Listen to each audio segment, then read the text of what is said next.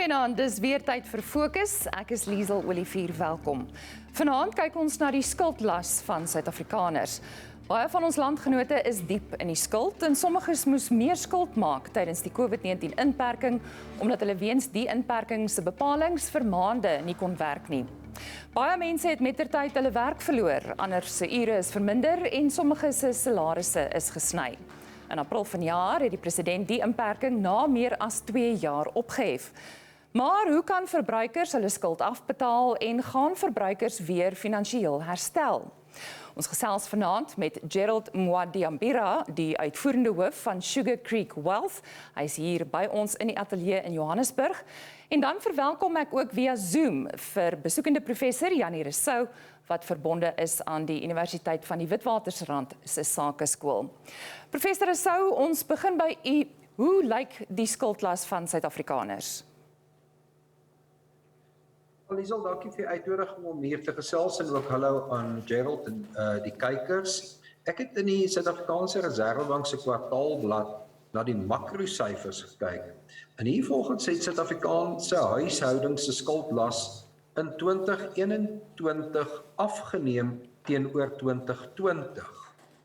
In 2021 was die skuldlas 67% van hulle besteedbare inkome, terwyl dit in 2021, terwyl dit in 2020 68,7% was. Daar was wel 'n toename tussen 2019 en 2020. Maar volgens hierdie makrosyfers het die skuldlas nie dramaties toegeneem nie. Wat is die verskil tussen skuldvlakke en skuldverhoudings? En hoekom is dit belangrik dat die verbruiker die verskil moet ken? Ja, Liesel, die eerste belangrike punt is die skuldvlak van huishoudings as persentasie van hulle besteedbare inkome. Soos ek gesê, dis nou 67%. Dan is daar 'n tweede baie belangrike verhouding, dit is hulle skulddiensverhouding.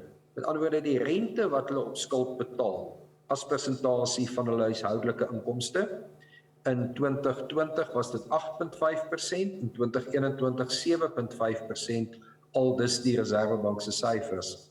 Die probleem egter is dat dit baie dikwels verwar word en dat die publiek en selfs die media in sekere gevalle onder die indruk is dat die huishoudelike skuld is die dienskoste van die skuld, terwyl die dienskoste van die skuld baie laer is as die skuldvlak, soos ek pas verduidelik het. Gerald, I want to bring you into the conversation at this point. According to you, how bad is the situation in South Africa in terms of debt?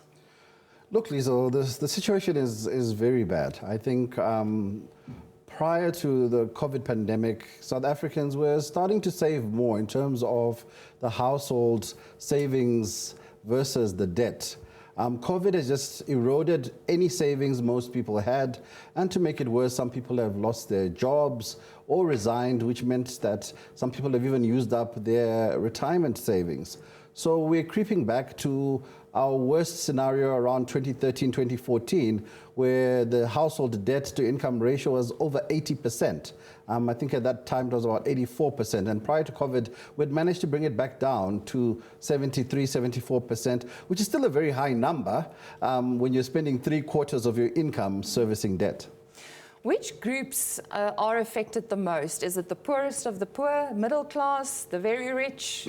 Who was affected the most? Debt affects everyone. Those who are wealthy just have bigger debts. So it's not, debt does not discriminate. And most people, when they go into debt, they are in a position when they normally can service that debt.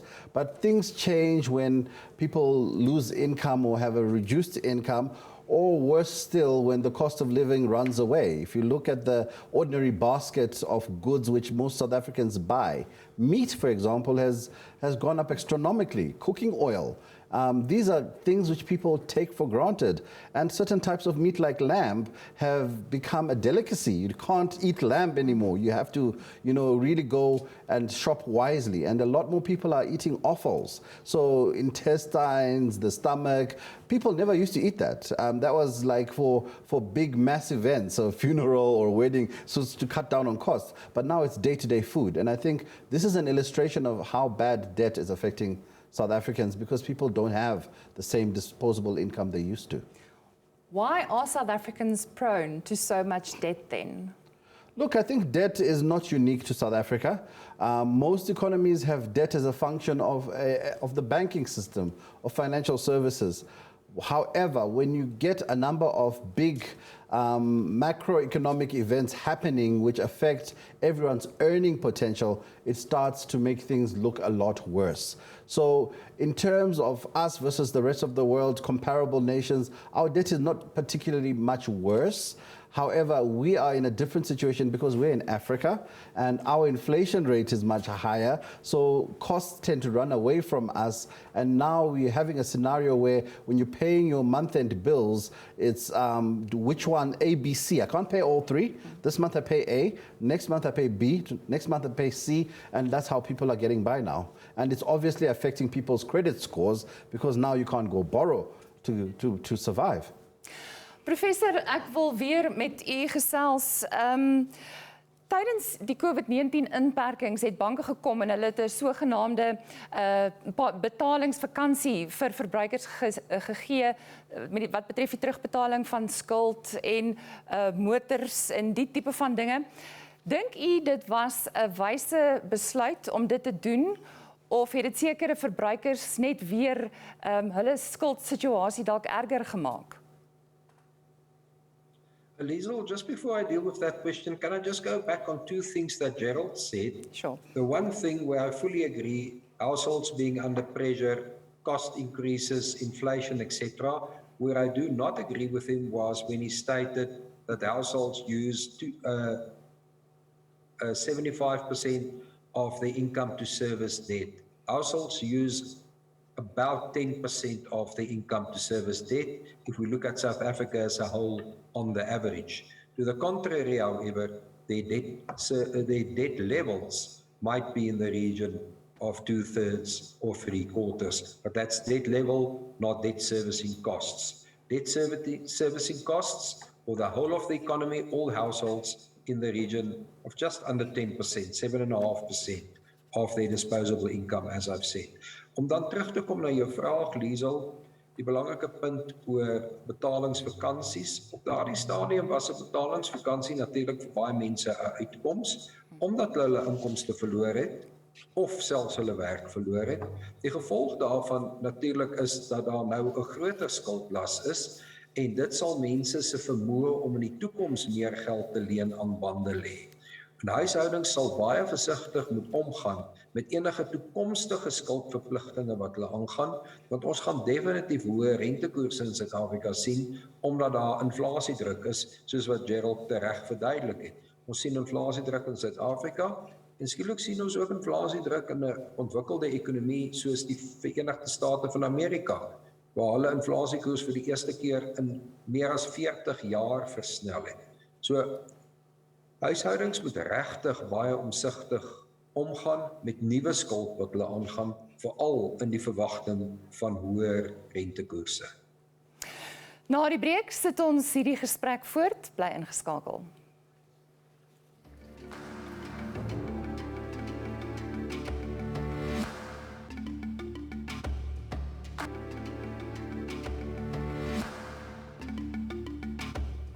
Ons gaan voort. Die prysverhogings van brandstof en kos skud verbruikers se sakke behoorlik. Soveel so dat verbruikers soms eers aan hulle noodsaaklike behoeftes moet voldoen voordat hulle skuld kan vereffen. In die komende maande gaan die rentekoers na verwagting verder styg. En Gerald, I would like to ask you, when we talk about an interest rate hike, how will this affect, or what effect will this have on consumers' debt? Well, essentially it increases the cost of your debt, so your monthly repayment goes up. So for example, if the interest rates should go up by 50 basis points, which is 0.5%, on a mortgage bond of, let's say, R1,000,000, you're looking at almost R500 increase on that bond. And that's a lot of money for a household. And it gets much worse when you look at high interest-bearing debt, such as personal loans and credit cards. So your bond is probably the lowest interest rate which you're paying. Now, if you look at a credit card or a personal loan, you're looking at up to 25, 26% per annum.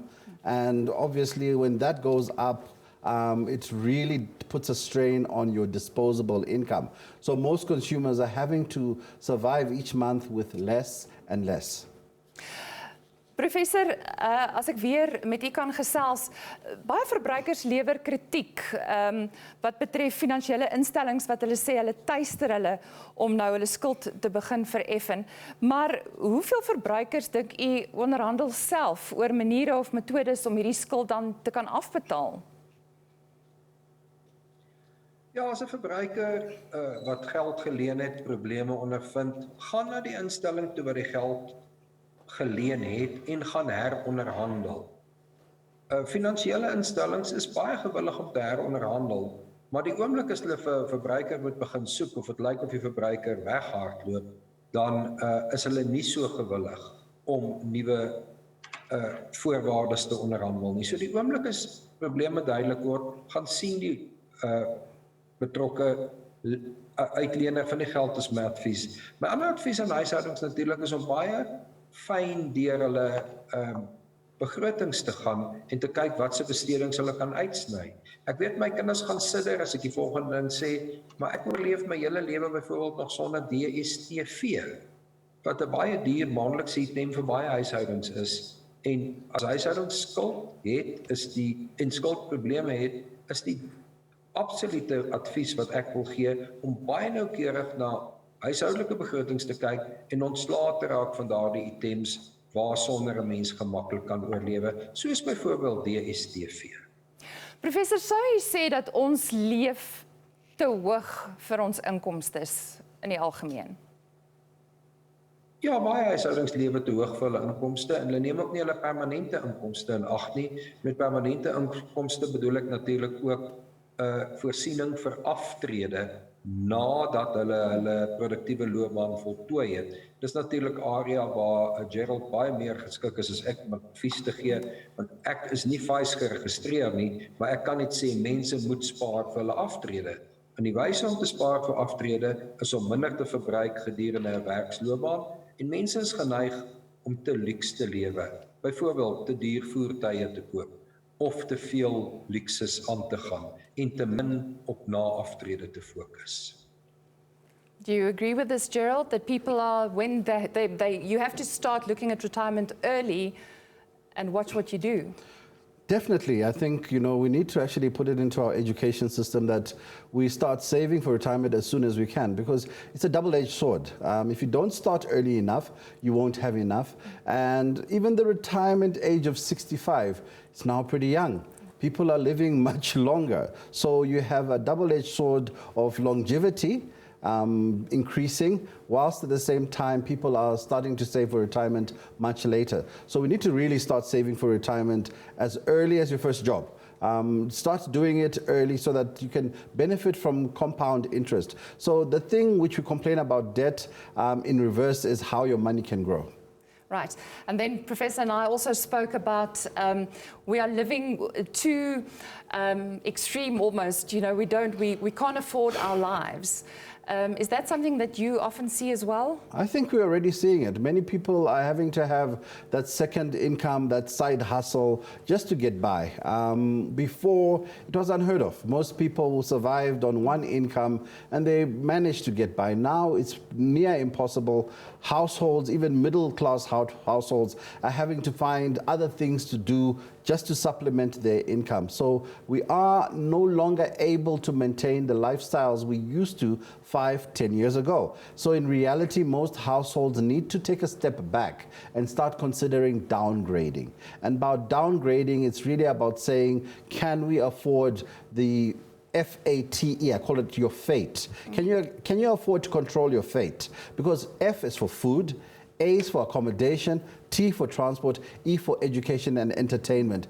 Can you control your fate? So you need to start cutting back on things in all four categories if you want to get by, but trying to maintain lifestyles as we've known them is simply no longer an option. I think, private schools, for example, are extremely expensive, and a lot of the debt many people are carrying is school debt and medical aid, so shortfalls. So we need to start realizing that it's time for us to maybe sacrifice, instead of a private school, move to a better town or city in South Africa, which has better schools. Time for introspection. Net hierna vra ons watter oplossings daar is vir verbruikers. Bly ingeskakel.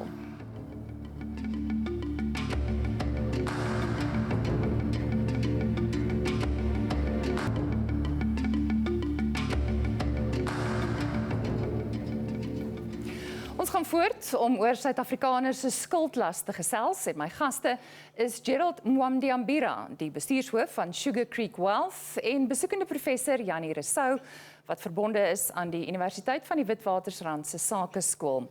Professor, ek wil graag by u weet, hoeveel tyd moet kredietverskaffers verbruikers gee om hulle skuld te vereffen voor hulle teen die verbruikers optree? Hoe geduldig kan hulle wees? Natuurlijk is die eerste belangrike ding die kontrak wat daar bestaan tussen die kredietverskaffer en die lener, die verbruiker. En tweedens is daar natuurlijk 'n wetlike raamwerk waarbinne hulle moet optree. En die kredietverskaffer moet seker maak dat hulle binne albei hierdie beperkings optree. Die verbruiker moet natuurlijk eintlik die kontraktuele voorwaardes nakom van die geld wat geleen is se terugbetaling.